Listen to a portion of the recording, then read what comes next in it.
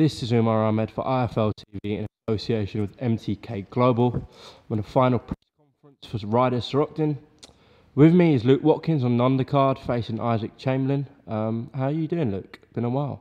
It's been a while, but I'm doing great. Yeah? I mean, I woke up today, I'm breathing, and now I'm here. Do what I love. Yeah. Had your public workout yesterday, and how long have you been in camp for? About 12 weeks. Yeah, Okay. it's been a long camp. But camps are camp, you know, they're terrible. You get ill. If you want to say, I've had a shit camp. You know, I got ill, had sparring partners not turn up, had injuries, had everything that goes wrong in the camp. But the fact is, I'm here, now it's fight time.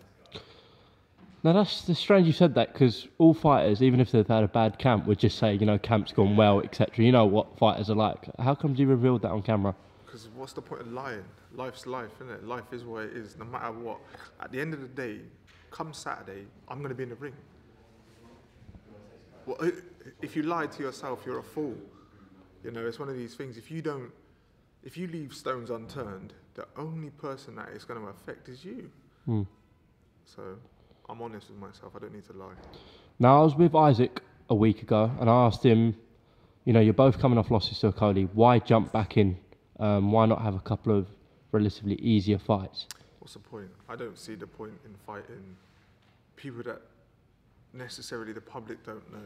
I understand sometimes they're required. Sometimes you need a tick-me-over fight, or you know you're preparing and you don't want to take a risk.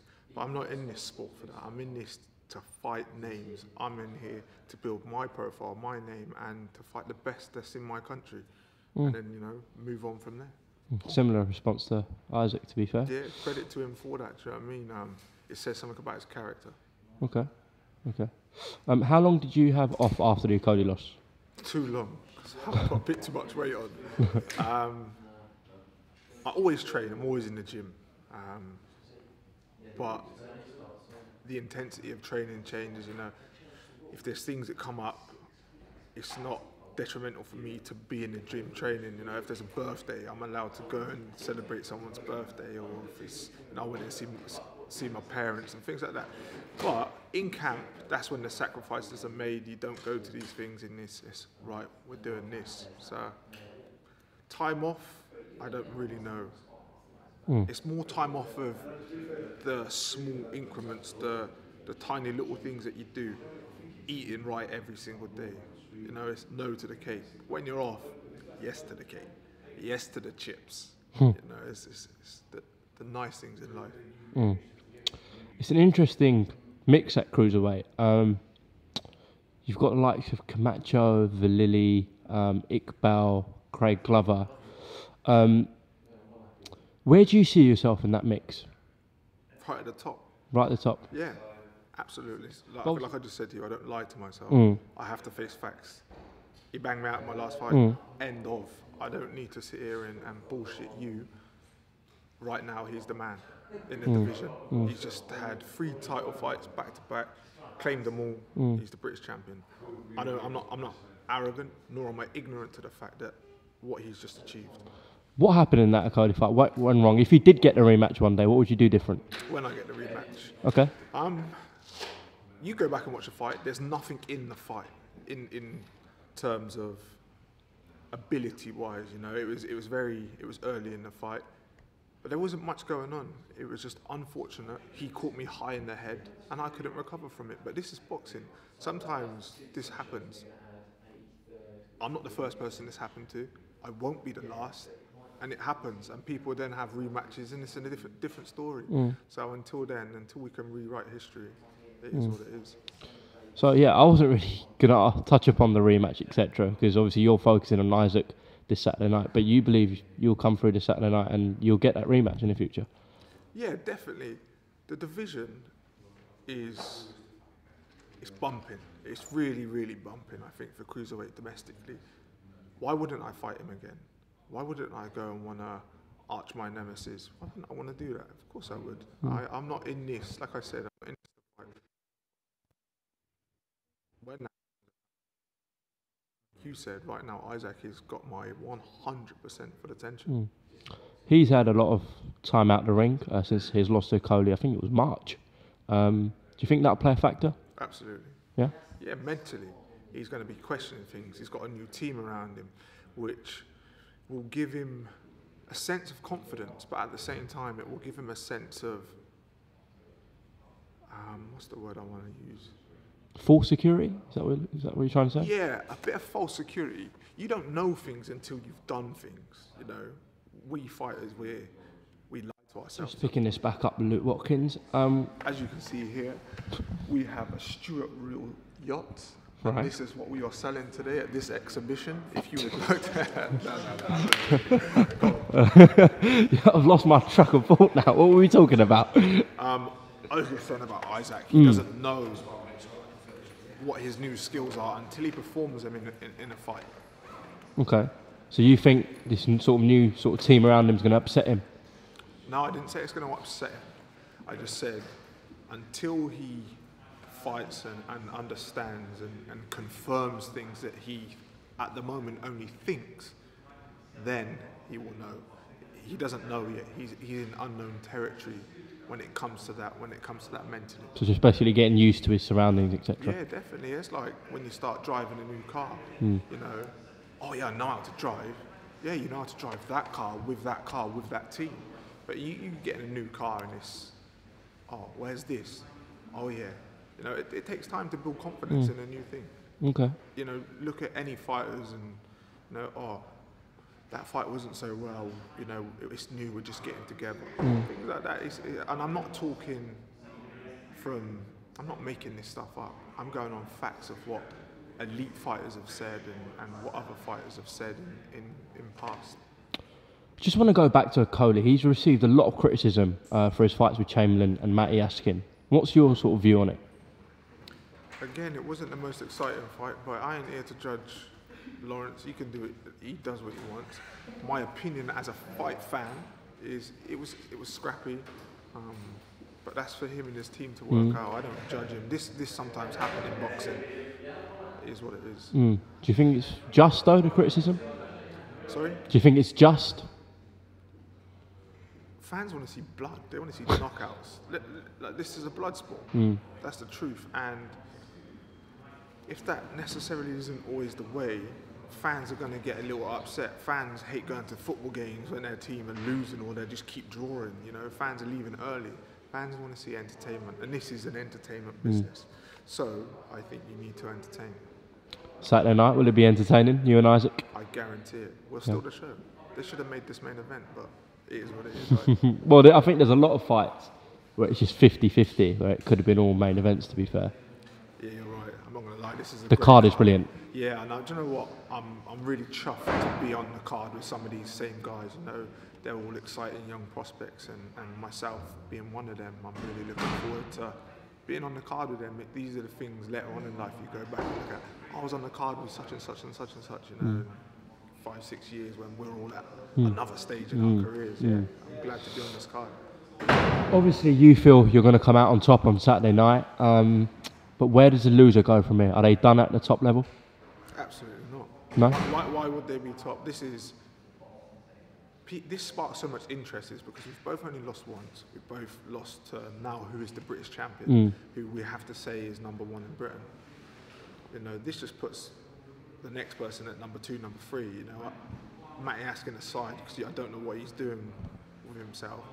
But no, these are the fights people want to see. People don't want to see me fighting someone they don't know. They don't want to see Isaac fighting someone they don't know. They want to see people, the likes of people like myself and Isaac fighting. They want to see me fighting the likes of Lawrence. They want to see me fighting the likes of Vallely's names up there, you know, the Glover, the names that you just mentioned a minute ago. These are the fights people want to see, and these are the fights I'm coming for. What's your thoughts on the Camacho Iqbal fight? Iqbal banged him out before. Good knockout.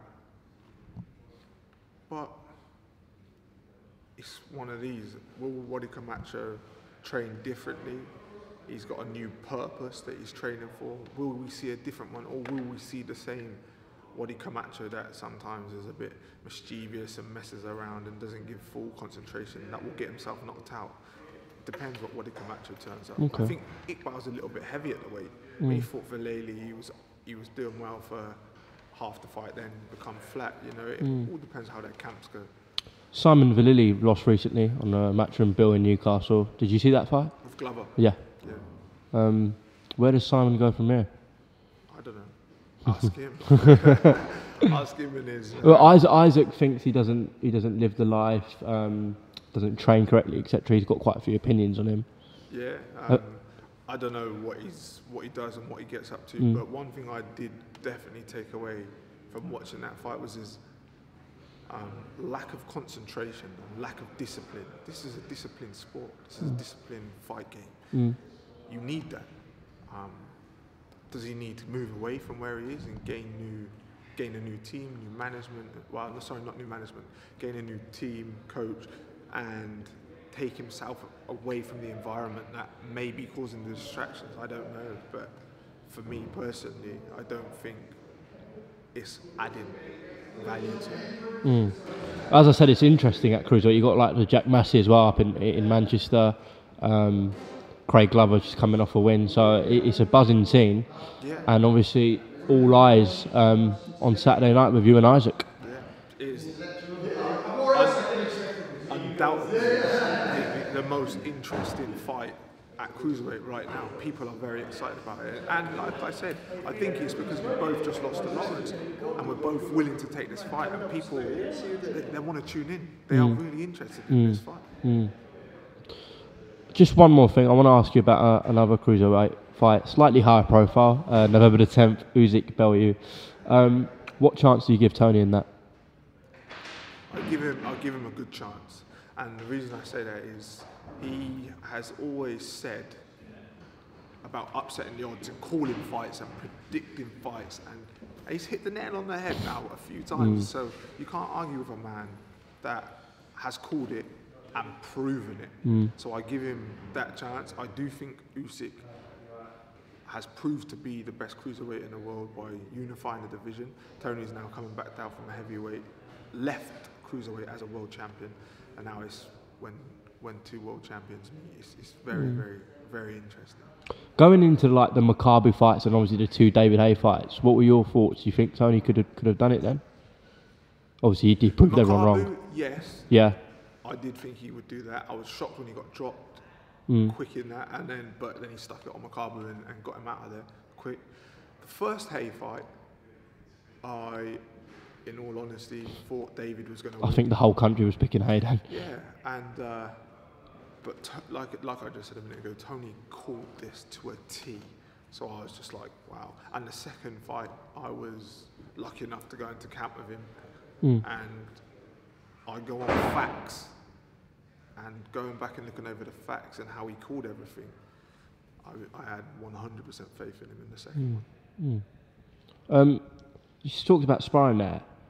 Have you ever sparred any of like the Eastern Europe boys, Glavaki, Usyk himself, Bradis? Have you ever sparred the likes of them? Yeah, I've sparred Glavaki or Glawacki, however you pronounce it, and his stablemate Krzysztof Wlodarski. Right. Yeah, I've been over sparring with those boys.